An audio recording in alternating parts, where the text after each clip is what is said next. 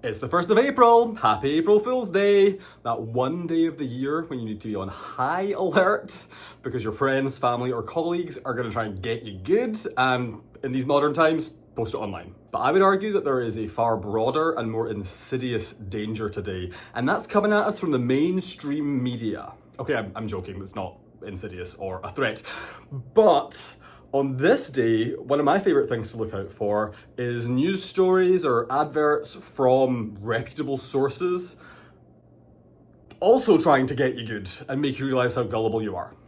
Think Google announcing a new product that's actually totally made up. So today, in honour of the holiday, I wanted to run through with you my top 4 favourite April Fool's pranks of all time, coming at you from broadcast media and the like. I want to start off by taking you back to 1998 and talking about Burger King. On April 1st, 1998, Burger King took out a full-page advert in USA Today launching their brand new product, the left-handed Whopper. Now, the claim was that the traditional implicitly right-handed Whopper was advantageous to people who are right-handed. The distribution of fillings and condiments was apparently not optimized for our left-handed friends, and so they rotated the inside of the burger by 180 degrees and explained how that was going to fix everything. Now, to me, this has the makeup of a great April Fool's prank. Okay, it's coming at you from a reputable source, it's coming at you from Burger King themselves, it's plausible-ish, but it's also totally outlandish. Okay, you're not going to feel like a total idiot for believing it, but when you remember that it's April 1st and go, oh, they got me, you're going to have that little aha moment and not feel like a total idiot. Case in point, the story goes that many people went into Burger King that day and in the following days requesting a left-handed Whopper. I guess depending on which Burger King you went to, they might have been amenable to just rotating your fillings by 180 degrees. Who knows? Crucially, I think a good April Fool's joke shouldn't be mean. When you find out that it is a prank, you should not feel made fun of or that the joke is on you. It should just be some light-hearted fun. And I think that the left-handed Whopper achieves that in abundance. Abundance! That was a pun! That was 1998. We were pretty used to seeing April Fool's pranks in the media, knowing to expect them and look for them on that day. I want to take you back to 1957. Okay, broadcast television, at least in the UK, and presumably most other places, was still black and white. In my mind, people were a lot more proper and did not expect tomfoolery from their broadcast media. But that didn't stop the BBC.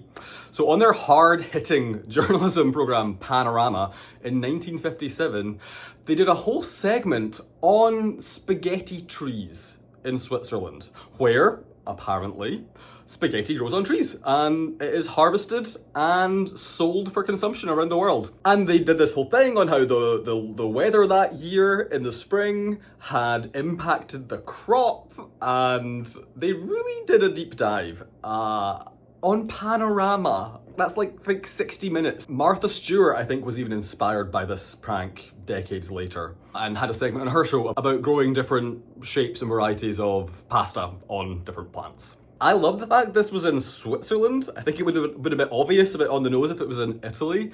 And so just little details like that make it more believable. It makes you take a bit longer to remember that it is April 1st and you should be on the lookout for misleading information. So, good on you, BBC. Sticking with the BBC, in 1965 they launched a new flagship product called Smell-O-Vision. The name says it all. We know what Smell-O-Vision is supposed to be and supposed to do.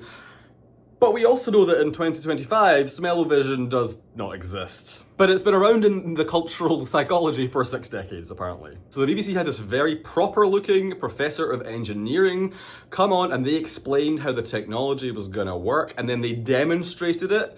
They had chopped up onions that they wafted through the screen to viewers at home, and coffee beans, very pungent aromas, and they asked people to write in if the experiment was a success. And apparently thousands of people wrote in claiming to have smelled the pungent aroma of onion and coffee in their home through the power of Smell-O-Vision.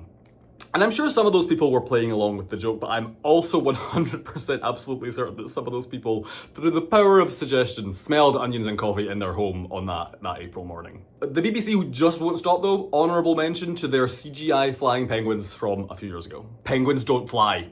That's the joke. Now, since you're watching this presumably on YouTube, I feel it's important to acknowledge their diabolical April Fool's prank on the 1st of April 2008. I'm not going to tell you what it is, what it was. If you know, you know. Let's just say that all of the featured videos on the homepage redirected to one maniacal video that, regardless of the date, makes you feel got good and roll your eyes. The last media prank I want to share with you is one that I just learned about this year while researching this video, and it happened in 1962 on Swedish national television. Now again, broadcast TV was still black and white at that point, and the claim was that if you took a nylon stocking, so think, take it off your legs, and apply it over your TV screen, apparently that would convert your black and white television instantly into Technicolor. And again, much like the BBC, they had a very official looking scientist on explaining the physics of light diffraction, diffusion, superposition, probably not maybe superposition. So again, I love this prank because it's not hurting anyone, okay? I hope no stockings were harmed in the making of the prank for anybody. But having that moment where you take off your nylon stockings, or you make someone in the room take theirs off, and you hold it up over the TV and you realize it's not working and it was a prank. That's just the perfect April Fool's prank. Nobody's getting hurt, coming from a reputable source, the Swedish national media, and it's believable. So there you have it. Those are my favorite April Fool's pranks of all time. Hopefully there are going to be some great ones this year today. I haven't seen any yet. Let me know in the comments what your favorite April Fool's pranks are, whether they're from the media or from your friends and family, or one that you have done to somebody else. Because on this day of days, I think it's always good to have a light-hearted chuckle at yourself or at others. Bye.